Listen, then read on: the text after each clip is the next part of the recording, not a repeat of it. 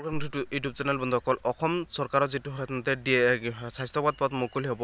DSS demi দিছিলোঁ ESSR বিভাগ বুলি গেট 3 গেট 4 তেওঁৰ ভেকেঞ্চি মুকলি হ'ব বন্ধুসকল মুকলি হোৱাটো 100% হ'ব জানুৱাৰী মাহতে এপ্লাই ষ্টাৰ্ট হৈ যাব বন্ধুসকল ইলেকশ্যনৰ আগতে সকলোবোৰ এপ্লাই তাৰপিছত সকলোবোৰ অনুষ্ঠিত হৈ যাব সকলো কমপ্লিট হৈ যাব কাৰণ স্বাস্থ্যসেৱাত এপ্লাই কৰিবলৈ দিলে বেছি সময় নিদিয়ে বন্ধুসকল তাৰপিছত সাধাৰণতে স্বাস্থ্যসেৱাত এই যি নতুন পদ মুকলি হ'ব এই পদসমূহৰ বাবে কোৱালিফিকেশ্যন কি লাগিব এই পদসমূহৰ পৰীক্ষাসমূহ ইলেকশ্যনৰ পিছতে অনুষ্ঠিত হ'ব আসাম ডাইৰেক্ট ৰিক্ৰুটমেণ্ট এৰিয়া 2.0 ইতিমধ্যে 12,600 পদত এপ্লাই যি চলি আছে এই পদত এপ্লাই চলি থকা এই পদৰ লগতে সেইবোৰ পদৰ পৰীক্ষা হ'ব ভাগকৈ পৰীক্ষা হ'ব বন্ধুসকল স্বাস্থ্যসেৱাৰ ফালৰ পৰা স্বাস্থ্য হেল্থ মিনিষ্টাৰ ইতিমধ্যে কেশৱ মহন্তই ইতিমধ্যে বৃহৎ ঘোষণা কৰিছে 6,000 পদ মুকলিব মোটামুটি 6,000 প্লাছ পদ মুকলিব ইয়াতকৈ বৃহৎ নিযুক্তি স্বাস্থ্য পদ কেতিয়াও হোৱা নাছিল এই বৃহৎ নিযুক্তিৰ বাবে নাম অন্তৰ্ভুক্ত কৰাৰ বাবে আপোনালোকে ভালকৈ প্ৰিপাৰেচন কৰিব লাগিব আৰু মোৰ চেনেলটো ছাবস্ক্ৰাইব কৰি দিয়ক কাৰণ স্বাস্থ্যসেৱাৰ এপ্লাই পৰা আৰম্ভ কৰি এপ্লাই তাৰপিছত viva test written exam admit card পৰীক্ষাৰ চেণ্টাৰ কি পষ্টত কি পৰীক্ষা হ'ব আৰু পুৰণি প্ৰশ্ন কাকত সকলোবোৰ মোৰ চেনেলৰ পৰা পাব ফ্ৰীত পাব 1 টকা মোৰ নালাগে বন্ধুসকল সকলোক মই সহায় কৰিবলৈ বিচাৰিছোঁ আৰু সকলোৱে মোক চেনেলটো ছাবস্ক্ৰাইব কৰি দিব আৰু কি কোৱালিফিকেশ্যন হ'লে এপ্লাই কৰিব পাৰিব কি পদ মুকলি হ'ব আপোনালোকক মই ফুল ডিটেইলছ জনাই দিম বন্ধুসকল আৰু হেল্থৰ ফালৰ পৰা যিটো DME 2008 পদত ইতিমধ্যে এপ্লাই হৈ গৈছে সেইটো পৰীক্ষা আপোনালোকে কেতিয়া অনুষ্ঠিত হ'ব আপোনালোকক মই ফুল ডিটেইলছ আপোনালোকক এই ভিডিঅ'ৰ জৰিয়তে জনাই দিম বয়াকৈ কমেণ্ট নকৰিব ইতিমধ্যে মুখ্যমন্ত্ৰী ডাঙৰীয়াই কৈছে অসম পুলিচৰ ফিজিকেলৰ ওপৰত যিটো আপডেট দিছিলোঁ সঁচা হৈছে অসম এৰিয়া 2.0 ওপৰত যিটো আপডেট দিছিলোঁ সঁচা হৈছে তাৰপিছত কোৰ্টৰ যিবোৰ আপডেট দিছোঁ যিবোৰ বেলেগ আপডেট দিছোঁ মই সকলোবোৰ সঁচা হৈছে বন্ধুসকল আপোনালোকে আগতীয়াকৈ আপডেট দিয়াৰ বাবে বেয়া পাব পাৰে কিন্তু মই যিবোৰ আপডেট দিওঁ একেবাৰে গম নোপোৱাকৈ বা আপোনালোকৰ সাধাৰণতে বেলেগত অফিচিয়েলভাৱে নজনাকৈ কেতিয়া আপডেট দিওঁ বা অলপ হ'লেও গম পোৱাৰ পিছতে আপডেট দিওঁ বন্ধুসকল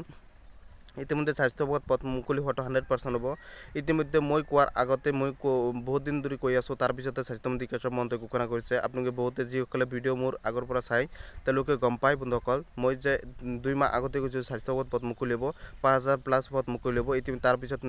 এই 7 দিন আগতে সেই স্বাস্থ্যমন্ত্ৰী কেশৱ মহন্তই ঘোষণা কৰিলে আৰু মই যিবোৰ আপডেট দিম একেবাৰে সঁচা আপডেট হ'ব 1 সপ্তাহ 2 সপ্তাহ 3 মাহ আগতেও যদি আপডেট দিওঁ সেইটো আপডেট সঁচা হ'বই লাগিব কাৰণ সাধাৰণতে মই অলপ হ'লেও গম পোৱাৰ পিছতে আপোনালোকক মই আপডেট দিওঁ বা ফেক আপডেট এটাও নিদিওঁ আৰু স্বাস্থ্যসেৱাৰ ফালৰ পৰা যিটো DSS ডেমি দিছিলোঁ ESSR বিভাগ গেট 3 গেট 4 ভেকেঞ্চি বৃহৎ নিযুক্তি এটা হ'ব বহুতে বেয়া পাব পাৰে এইটো কথা বন্ধুসকল যে এই স্বাস্থ্যসেৱাত বৃহৎ নিযুক্তি এটা হ'ব যে বন্ধুসকল এইটো 100% হ'ব কাৰণ স্বাস্থ্যসেৱাৰ যিকোনো চাকৰি খবৰ পাবলৈ হ'লে মোৰ চেনেলটো ছাবস্ক্ৰাইব কৰিব লাগিব আৰু স্বাস্থ্যসেৱাৰ এপ্লাই সময়সীমা দিব 15 দিনৰ পৰা 17 দিন 18 দিন এনেকুৱা সময়সীমা দিব 20 দিনৰ ওপৰত এপ্লাই সময়সীমা নিদিয়ে এপ্লাই কৰিবলৈ সাধাৰণতে 20 দিনৰ ওপৰত সময়সীমা নিদিয়ে বন্ধুসকল সকলোক মই অনুৰোধ জনাই দিম ভিডিঅ'টো শ্বেয়াৰ কৰি দিব 20 দিনৰ ওপৰত স্বাস্থ্যসেৱাত কোনো এটা এপ্লাই সময়সীমা নিদিব আৰু আপোনালোকৰ স্বাস্থ্যসেৱাৰ যিকোনো পৰীক্ষা হওক বা এডমিট কাৰ্ড হওক সকলোবোৰ সাধাৰণতে সকলোৱে গমেই পায় মোৰ চেনেলৰ পৰা দিয়া হ'ব আৰু স্বাস্থ্যসেৱাত এই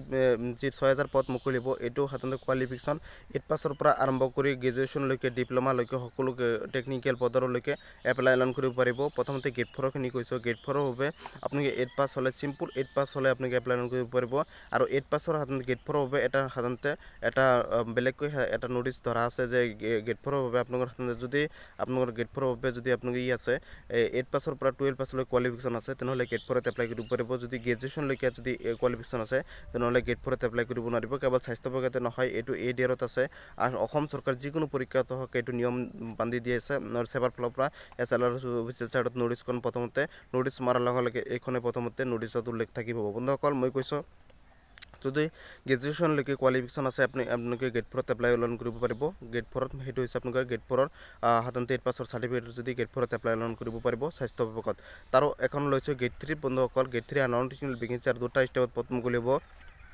গেট 3 প্ৰথমতে সাধাৰণতে 12 পাছ সায়েন্স ষ্ট্ৰীমৰ বাবে ভেকেঞ্চি মুকলিব কোনো ধৰণৰ 10 পাছ 12 পাছ আৰ্টছ ষ্ট্ৰীম বা 10 পাছৰ বাবে কোনো ধৰণৰ পদ নাই স্বাস্থ্য বিভাগত বন্ধুসকল 12 পাছ সায়েন্স ষ্ট্ৰীমৰ বাবে পদ মুকলিব বহুত পদ মুকলিব মোটামুটি 40% যিমান আপোনাৰ 6,000 পদ মুকলি হ'লে মোটামুটি 2,000 প্লাছ পদ 12 পাছ সায়েন্স ষ্ট্ৰীমৰ বাবে ভেকেঞ্চি মুকলি হ'ব আৰু আপোনাৰ সাধাৰণতে গেট 3ৰ বাবে আপোনাৰ সাধাৰণতে 2টা ষ্টেপত মুকলি হ'ব এটা হৈছে সাধাৰণতে গেট 3 12 পাছ সায়েন্স ষ্ট্ৰীম এটা হৈছে সাধাৰণতে গ্ৰেজুৱেশ্যন কৰা ডিপ্ল'মা ল'ৰা ছোৱালী D Pharm B Pharm ANM GNM এইবোৰ টেকনিক্যাল পদৰ বাবে এটা পদত এপ্লাই ষ্টাৰ্ট হ'ব বন্ধুসকল কেৱল সায়েন্স ষ্ট্ৰীম বেছি বা সেইবোৰৰ বাবে এপ্লাই হ'ব কোনো ধৰণৰ আৰ্টছৰ ল'ৰা ছোৱালীৰ বাবে নহয় বন্ধুসকল আৰু নন টেকনিক্যাল ভেকেন্সি সকলোবোৰ ডিপ্ল'মাধাৰী সকলোবোৰ সাধাৰণতে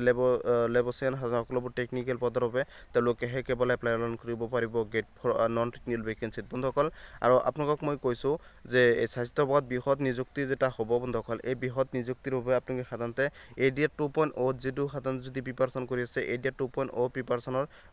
প্ৰিপাৰেচন হৈ যাব বন্ধুসকল ADR 2.0 প্ৰিপাৰেচন হৈ যাব যিকোনো সাধাৰণ পৰীক্ষাৰ বাবে ভালকৈ প্ৰিপাৰেচন কৰিলে সকলো পৰীক্ষাতে পাছ কৰিব পৰা যায় আৰু সায়েন্সৰ ল'ৰা ছোৱালী বিশেষকৈ ডিপ্ল'মা ল'ৰা ছোৱালী আৰু আপোনাৰ বেচি পাছ এইবোৰ ল'ৰা ছোৱালীৰ বাবে বিশেষকৈ এই পদসমূহ ভেকেন্সি মুকলি হ'ব আৰু বহুত মেডিকেল কলেজৰ ফালৰ পৰা আৰু পদ মুকলি খালী হৈ আছে আৰু আপোনালোকৰ বহুত পদ মুকলি হ'ব মোটামুটি ডিচেম্বৰৰ শেষতে 1 তাৰিখত মুকলি হৈ যাব পাৰে বা 1 তাৰিখ বা জানুৱাৰী 1 তাৰিখতো এডভাৰটাইজ মুকলি হৈ যাব পাৰে বহুত পদ মুকলি হৈ যাব পাৰে বা জানুৱাৰী 5 তাৰিখত এনেকুৱা জানুৱাৰী মাহতে মুকলি হৈ যাব পাৰে কিন্তু মুকলি হোৱাটো 100% হ'ব জানুৱাৰী মাহতেই এপ্লাই ষ্টাৰ্ট হৈ যাব এই পদসমূহৰ পৰীক্ষাসমূহ ইলেকশ্যনৰ পিছতে অনুষ্ঠিত হ'ব আসাম ডাইৰেক্ট ৰিক্ৰুটমেণ্ট ADR 2.0 ইতিমধ্যে 12,600 পদত এপ্লাই যি চলি আছে এই পদত এপ্লাই চলি থকা এই পদৰ লগতে সেইবোৰ পদৰ পৰীক্ষা হ'ব ভাগ পৰীক্ষা হ'ব বন্ধুসকল স্বাস্থ্য বিভাগৰ ফালৰ পৰা স্বাস্থ্য হেল্থ মিনিষ্টাৰ ইতিমধ্যে কেশৱ মহন্তই ইতিমধ্যে বৃহৎ ঘোষণা কৰিছে যে 6,000 পদ মুকলিব মোটামুটি 6,000+ পদ মুকলিব ইয়াতকৈ বৃহৎ নিযুক্তি স্বাস্থ্য পদ কেতিয়াও হোৱা নাছিল এই বৃহৎ নিযুক্তিৰ বাবে নাম অন্তৰ্ভুক্ত কৰাৰ বাবে আপোনালোকে ভালকৈ প্ৰিপাৰেচন কৰিব লাগিব আৰু মোৰ চেনেলটো ছাবস্ক্ৰাইব কৰি দিয়ক কাৰণ স্বাস্থ্য বিভাগৰ এপ্লাইৰ পৰা আৰম্ভ কৰি এপ্লাই তাৰপিছত viva test written exam admit card পৰীক্ষাৰ চেণ্টাৰ কি পষ্টত কি পৰীক্ষা আহিব আৰু পুৰণি প্ৰশ্ন কাকত সকলোবোৰ মোৰ চেনেলৰ পৰা পাব ফ্ৰীত পাব 1 টকা মোৰ নালাগে বন্ধুসকল সকলোক মই সহায় কৰিবলৈ বিচাৰিছোঁ আৰু সকলোৱে মোক চেনেলটো ছাবস্ক্ৰাইব কৰি দিব কি কোৱালিফিকেশ্যন হ'লে এপ্লাই কৰিব পাৰিব কি পদ মুকলি হ'ব আপোনালোকক মই ফুল ডিটেইলছ জনাই দিম বন্ধুসকল আৰু হেল্থৰ ফালৰ পৰা যিটো DME 2008 পদত ইতিমধ্যে এপ্লাই হৈ গৈছে সেইটো পৰীক্ষা আপোনালোক কেতিয়া অনুষ্ঠিত হ'ব আপোনালোকক মই ফুল ডিটেইলছ আপোনালোকক এই ভিডিঅ'ৰ জৰিয়তে জনাই দিম বয়াকৈ কমেণ্ট নকৰিব ইতিমধ্যে মুখ্যমন্ত্ৰী ডাঙৰীয়ে কৈছে অসম পুলিচৰ ফিজিকেলৰ ওপৰত যিটো আপডেট দিছিলোঁ সঁচা হৈছে অসম ADR 2.0 ওপৰত যিটো আপডেট দিছিলোঁ সঁচা হৈছে তাৰপিছতে কোৰ্টৰ যিবোৰ আপডেট দিছোঁ যিবোৰ বেলেগ আপডেট দিছোঁ মই সকলোবোৰ সঁচা হৈছে বন্ধুসকল আপোনালোকে আগতীয়াকৈ আপডেট দিয়াৰ বাবে বেয়া পাব পাৰে কিন্তু মই যিবোৰ আপডেট দিওঁ একেবাৰে গম নোপোৱাকৈ বা আপোনালোকৰ সাধাৰণতে বেলেগত অফিচিয়েলভাৱে নজনাকৈ কেতিয়া আপডেট দিওঁ বা অলপ হ'লেও গম পোৱাৰ পিছতে আপডেট দিওঁ বন্ধুসকল ইতিমধ্যে স্বাস্থ্য বিভাগত পদ মুকলি হোৱাটো 100% হ'ব ইতিমধ্যে মই কোৱাৰ আগতে মই বহুত দিন ধৰি কৈ আছোঁ তাৰপিছতে স্বাস্থ্যমন্ত্ৰী কেশৱ মহন্তই ঘোষণা কৰিছে আপোনালোকে বহুতে যিসকলে ভিডিঅ' মোৰ আগৰ পৰা চাই তেওঁলোকে গম পায় বন্ধুসকল মই যে 2 মাহ আগতে কৈছোঁ স্বাস্থ্য বিভাগত পদ মুকলি হ'ব 5,000+ পদ মুকলি হ'ব ইতিমধ্যে তাৰপিছত এই 7 দিন আগতে সেই স্বাস্থ্যমন্ত্ৰী কেশৱ মহন্তই ঘোষণা কৰিলে আৰু মই যিবোৰ আপডেট দিম একেবাৰে সঁচা আপডেট হ'ব 1 সপ্তাহ 2 সপ্তাহ 3 মাহ আগতেও যদি আপডেট দিওঁ সেইটো আপডেট সঁচা হ'বই লাগিব কাৰণ সাধাৰণতে মই অলপ হ'লেও গম পোৱাৰ পিছতে আপোনালোকক মই আপডেট দিওঁ বা ফেক আপডেট এটাও নিদিওঁ আৰু স্বাস্থ্য বিভাগৰ ফালৰ পৰা যিটো DSS DME দিছিলোঁ